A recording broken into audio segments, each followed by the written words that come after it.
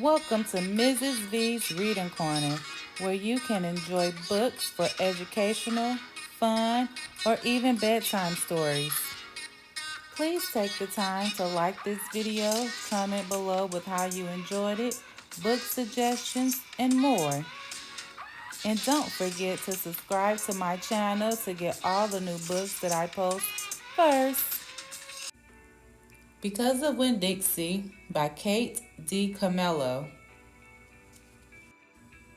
India Opal Baloney, best known as Opal, has recently moved to Naomi, Florida with her preacher father. Shortly after her arrival, Opal rescued a scrappy dog that she named Winn Dixie after the store in which she finds him. She convinces her father, who often preaches about caring for the needy, that this dog is certainly in need. Thus, a summer of adventures begins. I spent a lot of time that summer at the Herman W. Block Memorial Library. Herman W. Block Memorial Library sounds like it would be a big fancy place, but it's not. It's just a little old house full of books, and Miss Franny Block is in charge of them all. She is a very small, very old woman with short gray hair, and she was the first friend I made in Naomi. It all started when Winn Dixie not liking when I went into the library because he couldn't go inside too.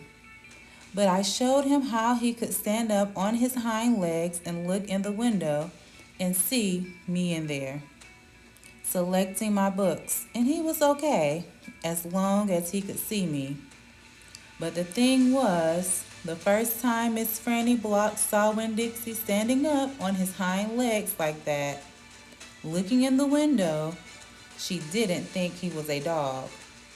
She thought he was a bear. This is what happened.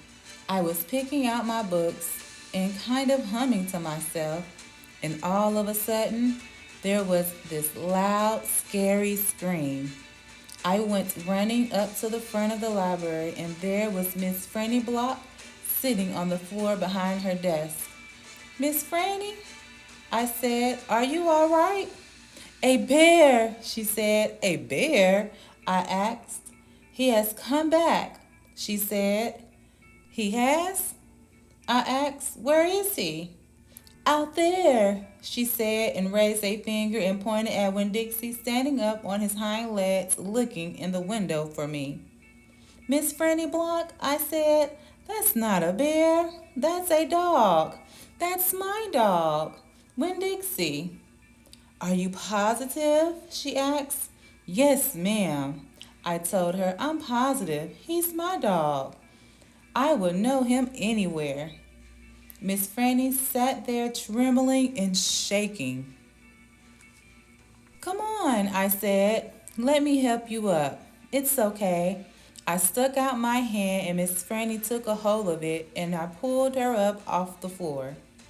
She didn't weigh hardly anything at all. Once she was standing on her feet, she started acting all embarrassed, saying how I must think she was a silly old lady mistaking a dog for a bear, but that she had a bad experience with a bear coming into the Herman W. Block Memorial Library a long time ago, and she never had quite gotten over it. "When did that happen?" I asked her. "Well," said Miss Franny, "it is a very long story." "That's okay," I told her. "I am like my mama, in that I like to be told stories. But before you start telling it, can Winn Dixie come in and listen too? He gets lonely without me." "Well, I don't know," said Miss Franny. "Dogs are not allowed in the Herman W. Block Memorial Library." "He'll be good," I told her. "He's a dog who goes to church." And before she could say yes or no, I went outside and got Winn Dixie, and he came in and laid down with a hoof and a sigh right at Miss Franny's feet. She looked down at him and said, "He most certainly is a large dog." "Yes, ma'am," I told her. "He has a large heart, too." "Well," Miss Franny said. She bent over and gave Winn Dixie a pat on the head, and when Dixie wagged his tail back and forth and snuffed his nose on her little old feet, "Let me get a chair and sit down so I can tell this story properly." Back when Florida was wild, when it consisted of nothing but palmetto trees and mosquitoes so big they could fly away with you, Miss Franny Block started in, and I was just a little girl, no bigger than you. My father, Herman W. Block, told me that I could have anything I wanted for my birthday. Anything at all. Miss Franny looked around the library. She leaned in close to me. "I don't want to appear prideful," she said, "but my daddy was a very rich man. A very rich man." She nodded and then leaned back and said, "And I was a little girl who loved to read." So I told him, I said, "Daddy, I would most certainly love to have a library for my birthday. A small little library would be wonderful." "You asked for a whole library?" "A small one," Miss Franny nodded. "I wanted a little house full of nothing but books, and I wanted to share them too. And I got my wish. My father built this house, this very one we are sitting in now. And at a very young age, I became a librarian. Yes, ma'am." "What about the bear?" I said. "Did I mention that Florida was wild in those days?" Miss Franny Block said, "Uh-huh, you did. It was wild. There were wild men and wild women and wild animals." "Like bears?" "Yes, ma'am, that's right. Now I have to tell you. I was a little Miss Know-It-all, and I was a Miss Smarty Pants with my library full of books. Oh, yes, ma'am. I thought I knew the answers to everything. Well, one hot Thursday, I was sitting in my library with all the doors and windows open and my nose stuck in a book when a shadow crossed the desk. And without looking up, yes, ma'am, without even looking up, I said, "Is there a book I can help you find?" Well, there was no answer, and I thought it might have been a wild man or a wild woman, scared of all these books and afraid to speak up. But then I became aware of a very particular smell, a very strong smell. I raised my eyes slowly, and standing right in front of me was a bear. Yes, ma'am, a very large bear. "How big?" I asked. "Oh, well, Miss Franny, perhaps 3 times the size of your dog." "Then what happened?" I asked her. "Well," said Miss Franny, "I looked at him, and he looked at me, and he put his big nose up in the air and sniffed as if he was trying to decide if a little Miss Know-It-all librarian was what he was in the mood to eat. And I sat there, and then I thought, well, if this bear intends to eat me, I'm not going to let it happen without a fight. No, ma'am." So very slowly and very carefully, I raised up the book I was reading. "What book was that?" I asked. "Why, it was War and Peace, a very large book."